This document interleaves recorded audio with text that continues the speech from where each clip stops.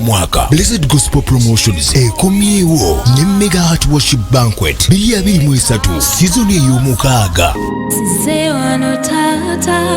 Olina ennyonta y'okusinza oba okusinza yenneeyisaayo, jangu tusinze omutima gwa taata awo ku Glory of Christ Church e Kawala ku Lwomukaaga ng'ennaku z'omwezi 9 omwezi ogw'omwenda olunaku lwonna okuva ku makya ku ssaawa 2 okutuuka akawungeezi. Okuyingira kwa bwerere gw'alina omutima gw'okusinza osobola okuyimirira ne Blessed Charles Gospel Promoter ku lw'enteekateeka n'ekinona ky'olina mukubire ku ssimu noti 7 noti 3 35 633. Tujja kubira live nga bulijjo ku mikutu gya social media ku Hardwork Banquet Ministry wamu ne Blessed Charles BGPevents. Bw'oba olaba subscribinga abasinza bangi beetegese abawano n'abavudde ebweru w'eggwanga mu Hardwork Banquet okubeerawo kwa Mukama kubira kwa lwatu. Worship Banquet wagiddwa One Dynamics Limited, Imanzi G, Atalimu Gino Hardware, Sango Stationers, God's Love Records, Hanak Junior School, byonna ne birigikibwa Blessed Gospel Promotions and Events.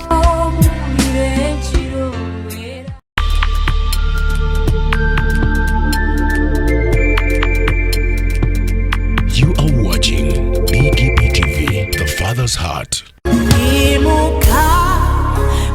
Nga tusemberera okumalako omwaka Blessed Gospel Promotions ekomyewo ne Mega Heart Worship Banquet 2023 season ey'omukaaga. Olina ennyonta y'okusinza oba okusinza yenneeyisaayo, jangu tusinze omutima gwa taata awo ku Glory of Christ Church e Kawala ku Lwomukaaga ng'ennaku z'omwezi 9 omwezi ogw'omwenda olunaku lwonna okuva ku makya ku ssaawa 2 okutuuka akawungeezi. Okuyingira kwa bwerere gw'alina omutima gw'okusinza osobola okuyimirira ne Blessed Charles Gospel Promoter ku lw'enteekateeka n'ekinona ky'olina mukubire ku ssimu noti 7 noti 3 35 633. Tujja kubira live nga bulijjo ku mikutu gya social media ku Hardwork Banquet Ministry wamu ne Blessed Charles BGPevents. Bw'oba olaba subscribinga abasinza bangi beetegese abawano n'abavudde ebweru w'eggwanga mu Hardwork Banquet okubeerawo kwa Mukama kubira kwa lwatu. Worship Banquet wagiddwa One Dynamics Limited, Imanzi G, Atalimu Gino Hardware, Sango Stationers, God's Love Records, Hanak Junior School, byonna ne birigikibwa Blessed Gospel Promotions and Events.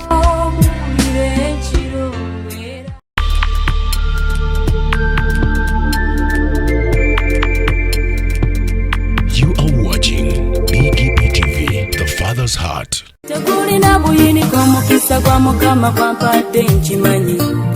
Obadde okimanyi nti osobola okufuna event planner and manager okuteekerateekera omukolo gwo gwonna, kati osobola okumufuna nga mulokole obutafuna stress yonna. BGPevents be bantu abatuufu oyagala kekisi, ebifaananyi ebirungi ne vidiyo, motoka z'abagole mu bika eby'enjawulo. Jangu tukuyambe, tukola decoration ali ku mulembe, tulina bridal gowns ne changing wear, obutebe, tentsi, abafumbi abalungi, saako PA system, ekyuma ekisunsula obulungi. ate nga tukulira ne bajeti y'omukolo gwo ejja mu nsawo yo. Saakuba ashers baffe abali smart abataswaza mukolo gwo n'abogezi b'emikolo abalungi bakatumwa ate nga tusobola n'okukufunira reception y'omukolo gwo. Katoyagala suuti, makanzu agatwalibwa ku buko oba gomesi, tubikufunira ku bisale ebirungi. BGPevents bwetegeka omukolo tukuletera n'abayimbi.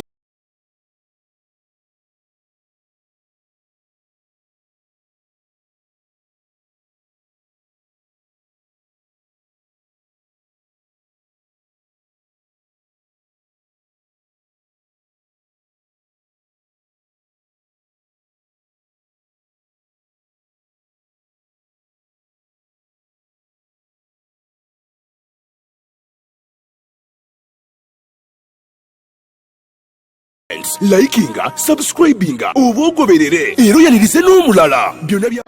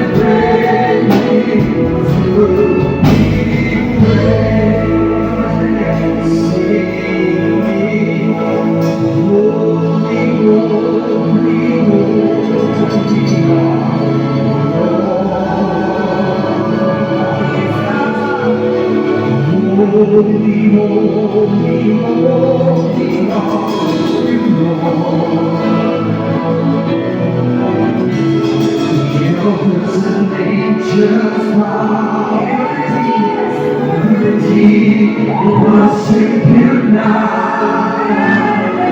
Holy, holy, holy are you, Lord. Sing, holy, holy so holy, holy, holy, holy are you, Lord. The elders and angels,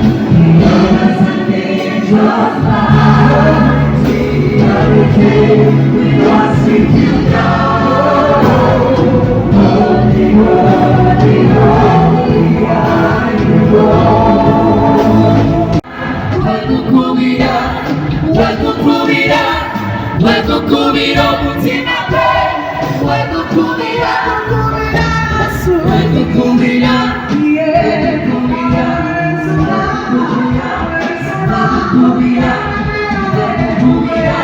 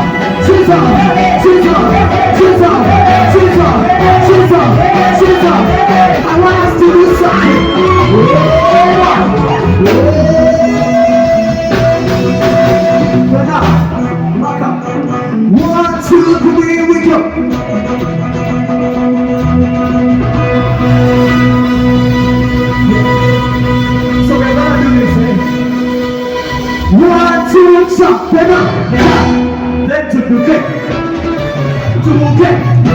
Let's take it. 1, 2, 3, we go. 1, 2, 3. Look at.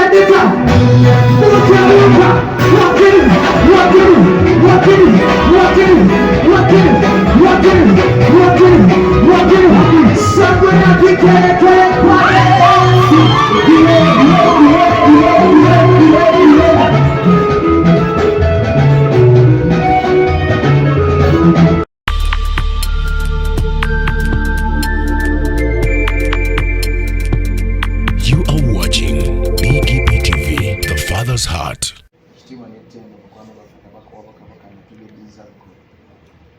Katonda omukulu Katonda w'amaanyi mulamu bwaffe kituufu kiri nti Mukama teri Katonda mulala mu nsi ne mu ggulu ne wansi w'ensi.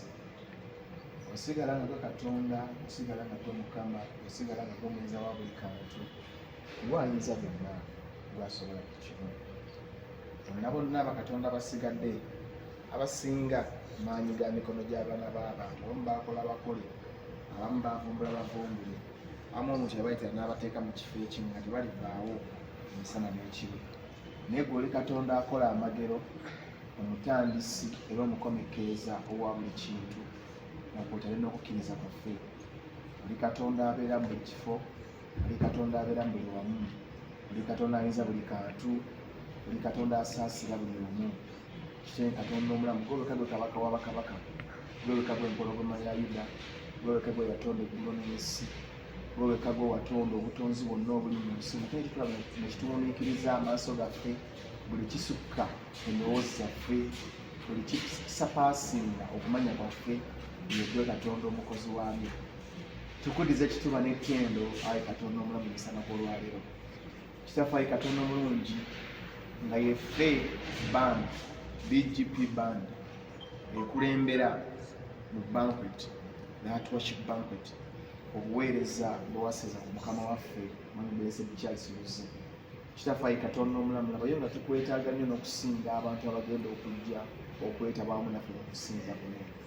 Tukwetaaga nnyo n'okusinga abaworshippers abagenda otukulembera mu lunaku olwo, kubanga ffe abasinga tuyinza okuba tugenda kwemera ku mizindaalo, naye Mukama laba ffe tuleeta akawoowo aka buli musinza yenna agenda okuyimirira ku kitutu kinene okusinza. Buli agenda okukulembera yeetaaga eddoboozi lyaffe, yeetaaga amaloboozi gaffe okumubaakinga, okumuddamu.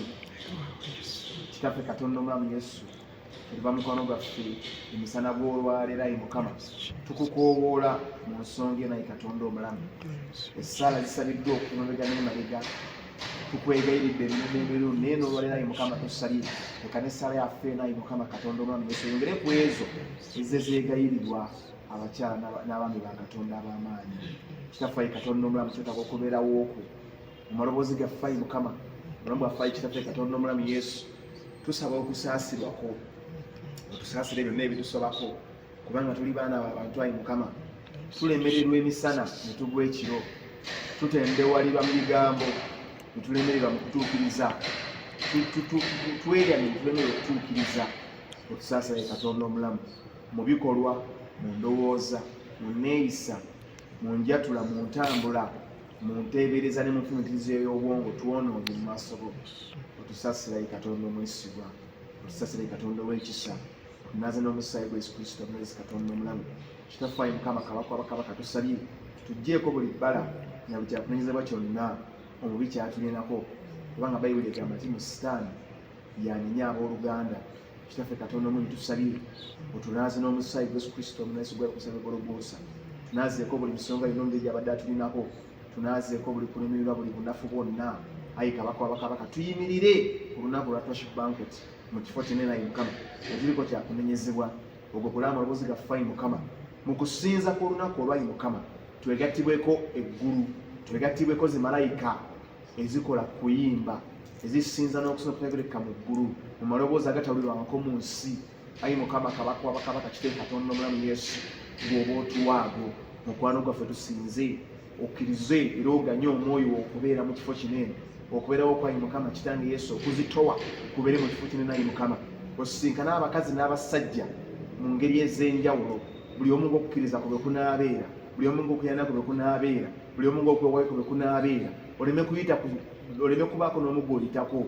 Kitaffe Katonda omulamu Yesu ffe n'otuwa omukisa wamu, kubanga Kitaffe Katonda w'amaanyi labayo, gwe gwe tusinza, gwe gwe tutendereza, gwe gwe tuyinza kuba gwe Katonda, kyokka ate era weewaawo gwe gwe twetaaga ennyo mu bulamu bwaffe obwa bulijjo, kubanga tuna kye tuyinza okuggyako gwe mukisobosezza. Mukono gaffe tusabye mu BGP band, mu baleaders bonna abagenda okuleadinga praise and worship, mukono gaffe tusabye leka otutaasa ebizibu byonna ebyandibadde birumbaga n'omu ku ffe, tugana accidents mu Yesu Kristo Omunnazaaleesi, eri bonna abatambulira mu bidduka, abeevuga ne bebavuga, abatambula engendo ez'okumpi n'ewala, kabaka wabakabaka, tugaana endwadde mu nnaku zinene ezibulayo, leka oleme okubayo n'omu afuna obukosefu yadde obugonvu mu Kristo Yesu Omunnazaaleesi, omwana wa Katonda omulamu. Kitanga ye Mukama kabaka wabakabaka, tugaanye omubi okubaako kyatukkiriza mu bulamu bwaffe, gwe Katonda tutenkweza abagerengetanya. Tusabye Mukama leka otte buli luke lwonna amagombero gabadde gateekateeka okukosa, okulemesa, okulwanyisa, okuziyiza, okwekiika mu bankweti ey'omulundi guna Kitaffe Katonda omulamu Yesu. Tusabye omukono gwo ogw'amaanyi ogutayipa waddayi Mukama gusigale nga gutulokola, nga gutukolera amagero, nga gutusaasira, nga gutuyamba. Ayi mukwano gaffe Katonda omulamu Yesu, ovire abamu kufa abali mu bizibu, abali mu bwetaavu, abali mu mabanja, olusasula mukwano gaffe kabaka wabakabaka, abalina essaala ez'omunda, abalina essaala ez'olwatu, abalina ebyetaago ebimanyifu naye bitamanyikiddwa, abalina bye bayita mu kulafubana, mu kufuba, mu kuva mu bunafu. Ayi kabaka wabakabaka otusasiramu ffenna kulwa bankweti Kitaffe Katonda omulamu Yesu, otutambuza emirembe nga bwe tuzze era otuzzeyo emirembe ne mu practice y'enkya ne ku lunaku lwa bankweti ayi Mukama n'omwaka guno gwonna. Kitaffe Katonda omulungi Yesu sobola kumaliriza asinyimusiza Mukama waffe Blessed Charles mu mikono gyo. Kitaffe Katonda omulungi ono omwami akwetaaga n'okusinga abantu bonna bemuleetako oba bemugattako, akwetaaga n'osinga essuubi naye besobola okumuwa okuyita mwana w'omuntu. Kitaffe Katonda omulungi tusabye mubeere ne famire ye, mubeere n'omukyala, mubeere ne BGP team famire yonna bakola nabo mu BGP events, muli ba ushers, buli omu kyakola ba MCs. Kitaffe kabaka wabakabaka ne bankweti yonna team mubeerayo mukwano gwaffe Katonda omulamu Yesu. Muleme okubaamu n'omukufa amulumya omutwe lunaku olwayi kitaaga yeetisse kinene. Kabaka wabakabaka tusabye jangu omuwewule buli kyonna kibaisa nabatuukirira nga enteekateeka ye bweri, kubanga evision bayala Mukama tusabye mukwasizeeko, muleetereze namuŋŋoona, muleetereze malayika, muleetere abagagga, mukwano gwe Katonda omulamu Yesu osobole okutuukiriza enteekateeka ye nga bweri ya bankweti eno, naye atuuke ku lunaku luli ng'agamba eewaawo Katonda ansanyusizza n'okubadde ngateekerateekera gwe naye naye nemiyisanyuke bwetyo. Kristo Yesu omugazi mutusabireko. Amen. Omukisa ky'Omukama Yesu Kristo n'okwagala kwa Katonda n'okisa ky'Omwana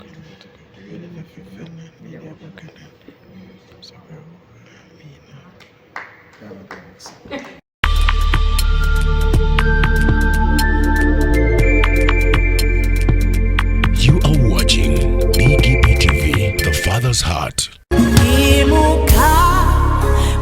Nga tusemberera okumalako omwaka, Blessed Gospel Promotions ekomyewo ne Mega Heart Worship Banquet 2023 season ey'omukaaga. Olina ennyonta y'okusinza oba okusinza ye neeyisaayo, jangu tusinze omutima gwa taata awo ku Glory of Christ Church e Kawala ku Lwomukaaga ng'ennaku z'omwezi 9 omwezi ogw'omwenda olunaku lwonna okuva ku makya ku ssaawa 2 okutuuka akawungeezi.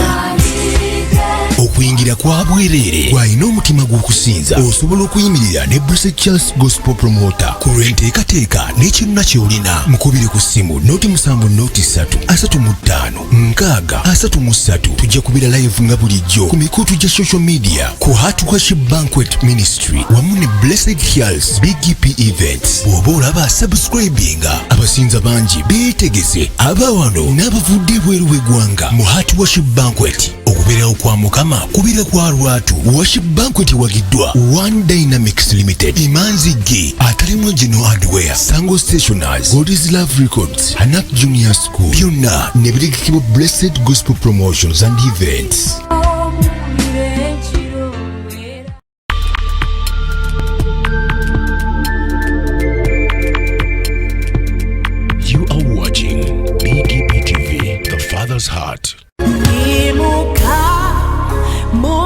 okusemberera okumalako omwaka, Blessed Gospel Promotions ekomyewo ne Mega Heart Worship Banquet 2023 season ey'omukaaga. Olina ennyonta y'okusinza oba okusinza ye neeyisaayo, jangu tusinze omutima gwa taata awo ku Glory of Christ Church e Kawala ku Lwomukaaga ng'ennaku z'omwezi 9 omwezi ogw'omwenda olunaku lwonna okuva ku makya ku ssaawa 2 okutuuka akawungeezi. Okuyingira kwa bwereere bw'alina omutima gw'okusinza osobola okuyimirira ne Blessed Charles Gospel Promoter ku lw'enteekateeka n'ekinona ky'olina. Mukubire ku ssimu noti 7 noti 3 35 633. Tujja kubira live nga bulijjo ku mikutu gya social media ku Hardwork Banquet Ministry wamu ne Blessed Charles BGPevents. Bw'oba olaba subscribinga abasinza bangi beetegese abawano n'abavudde ebweru w'eggwanga mu Hardwork Banquet. Okubeerawo kwa Mukama kubira kwa lwatu. Worship Banquet wagiddwa One Dynamics Limited, Imanzi G, atalimu Gino Hardware, Sango Stationers, God's Love Records, Hanak Junior School, byonna ne birigikibwa Blessed Gospel Promotions and Events.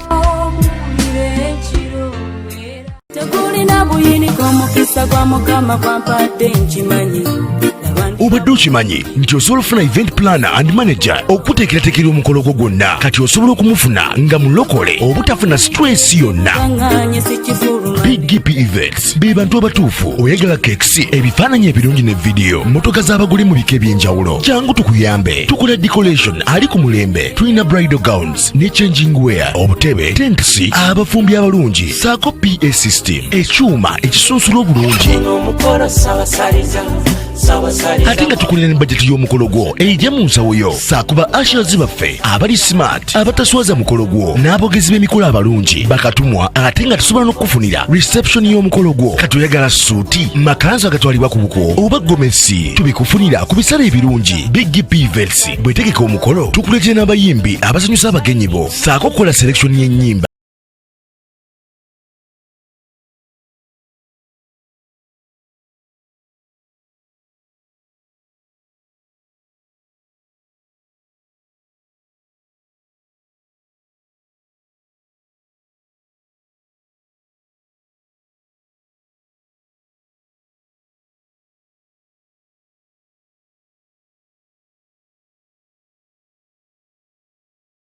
Likinga, subscribinga, oba ogoberere era oyanirize n'omulala. Byonna bya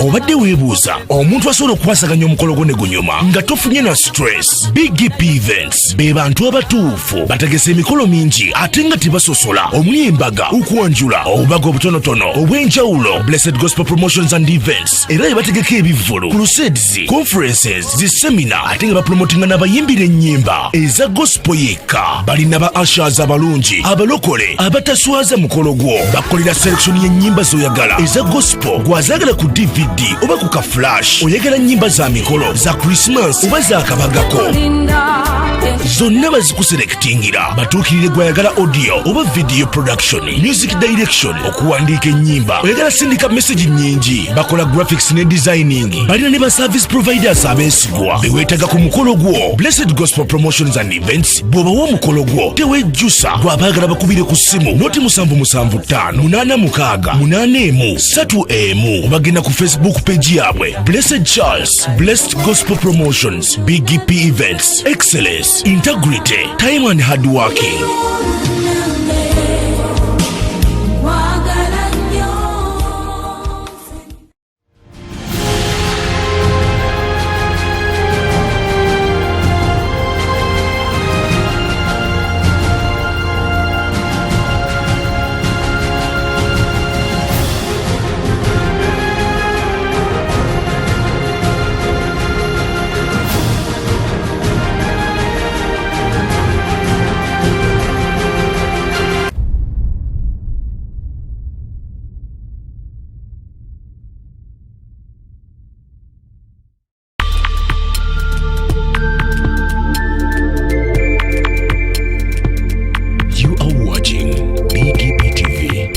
Heart.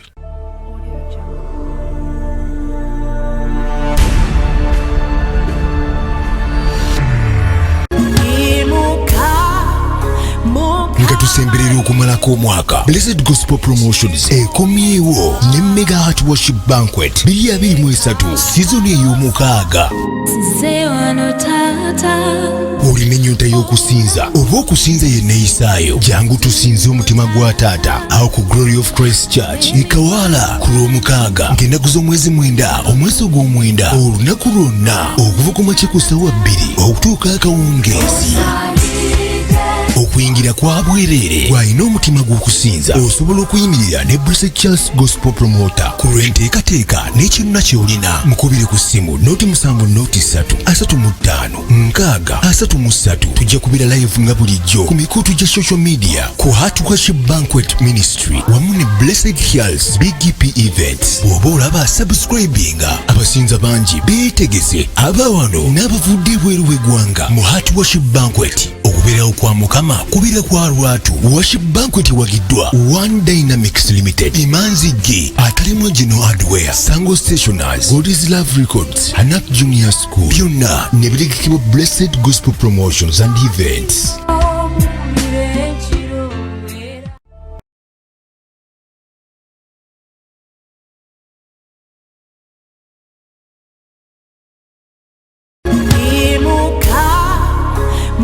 Nga tusemberera okumalako omwaka Blessed Gospel Promotions ekomyewo ne Mega Hardwork Banquet 2023 season ey'omukaaga.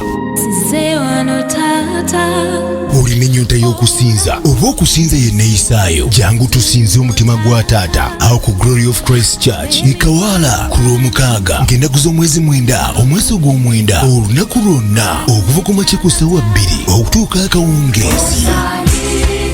Okuyingira kwa bwereere bw'alina omutima gw'okusinza osobola okuyimirira ne Pt1 Gospel Promoter ku lw'enteekateeka n'ekinona ky'olina. Mukubire ku ssimu noti 7 noti 3 35 633. Tujja kubira live nga bulijjo ku mikutu gya social media ku Hardwork Banquet Ministry wamu ne Blessed Hearts BGPevents. Bw'oba olaba subscribinga abasinza bangi beetegese abawano n'abavudde ebweru w'eggwanga mu Hardwork Banquet. Okubeerawo kwa Mukama kubira kwa lwatu. Worship Banquet wagiddwa One Dynamics Limited, Imanzi G, atalimu Gino Hardware, Sango Stationers, God's Love Records, Hanak Junior School, byonna ne birigikibwa Blessed Gospel Promotions and Events.